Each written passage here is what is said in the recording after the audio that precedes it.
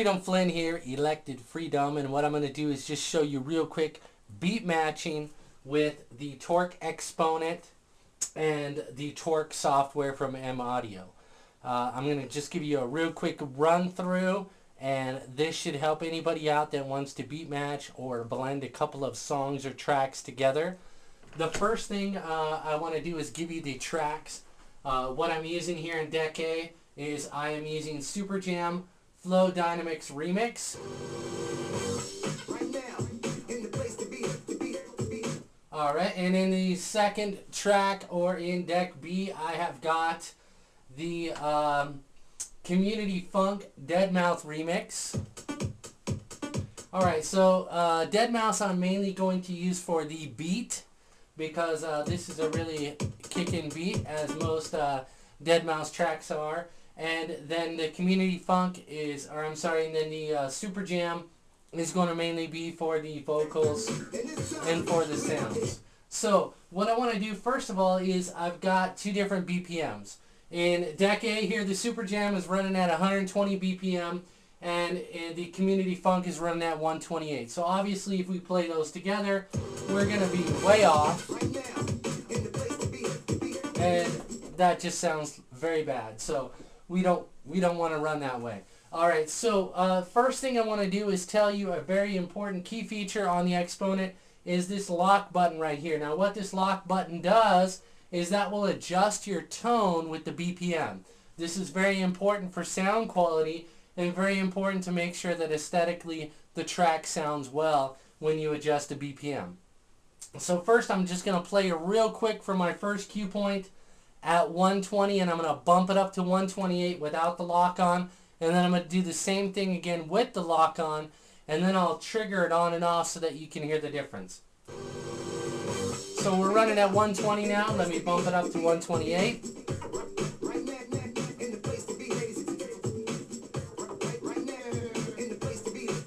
Alright, so we don't hear much difference. We just hear the beat going a lot faster and all that good stuff.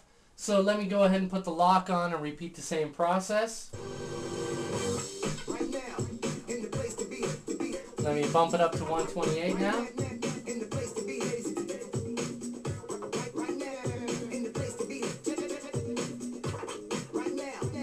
Alright, there you can hear a considerable difference. Now at 128, I'm just going to play that same part again and take the lock on and off. Just toggle it for you so you can hear the difference. There's with the lock on, lock off,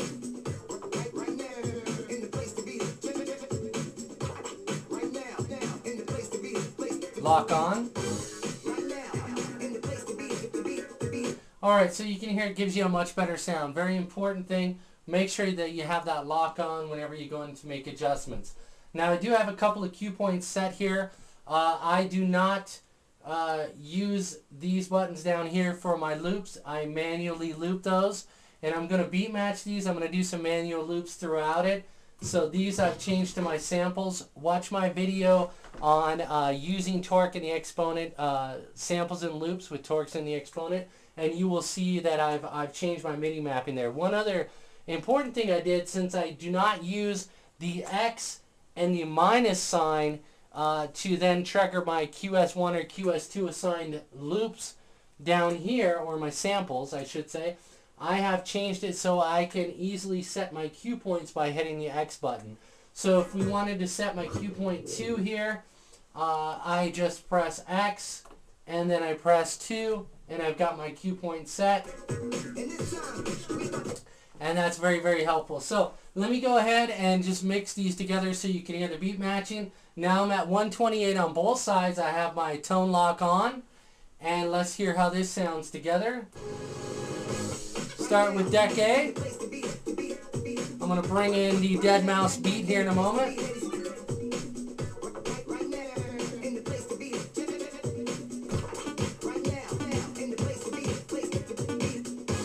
So you can hear those mesh together very, very well.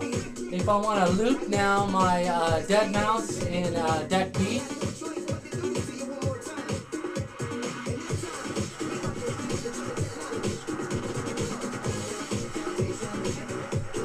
Now I'm perfectly beat matched, and I have a loop going in deck B, and I've got my track going in deck A. Now I can move my crossfader.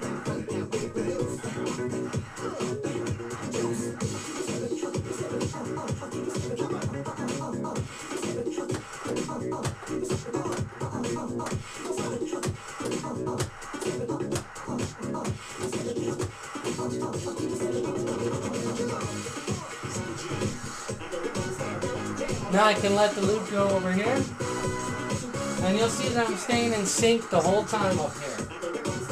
No sync down here, which, you know what, contrary to what everybody says, use the technology and use the sync if you need to. But I've got no sync going. Now that allows me also to change my mids and highs and switch from one track to the other like this.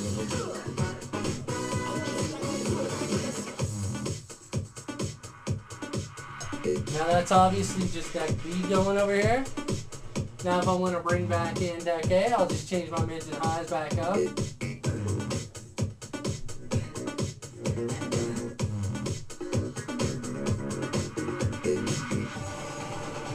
Now we got a breakdown, we'll switch over to A.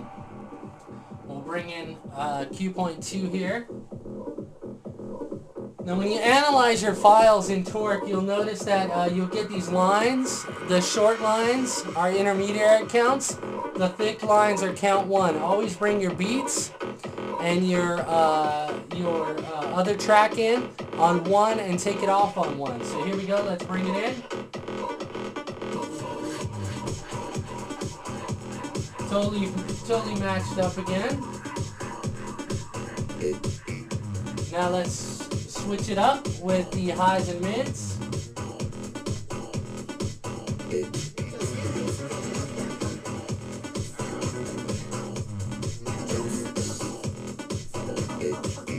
Now let's cut out the dead mouse beat with the highs and mids, taking those down.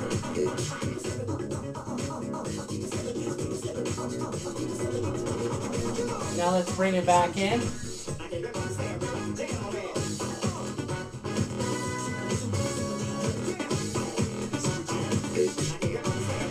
Now we can use our crossfader again.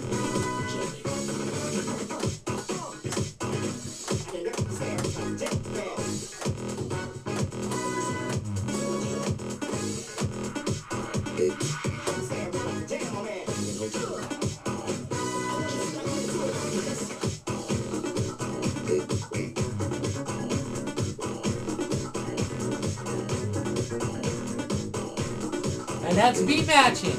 Very easy to do, very simple to do with this controller and with this software. Of course, we could add effects in anytime we want to on either track and play around with that.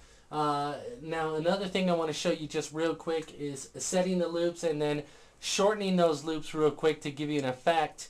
And let's run through that real quick. So if we go ahead and play track A here, we'll bring in track B.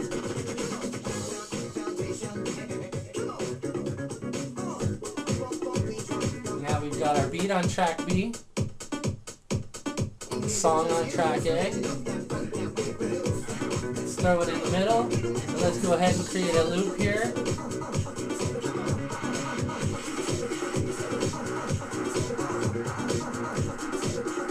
Alright, now we've got track A loop. If we just hit out a few times, it's going to shorten it up. Check this out.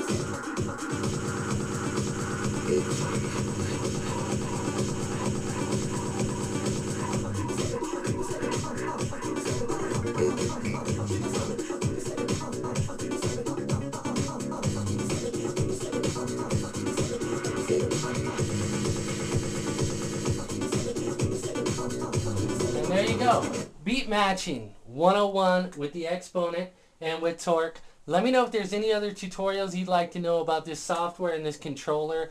I'm becoming very adept at this. I love doing these videos. I hope you guys enjoy it. I hope it's helpful. Please subscribe. Please rate. Any links relevant to this will be in the description. And practice and enjoy. I'm just kidding. Have a great day.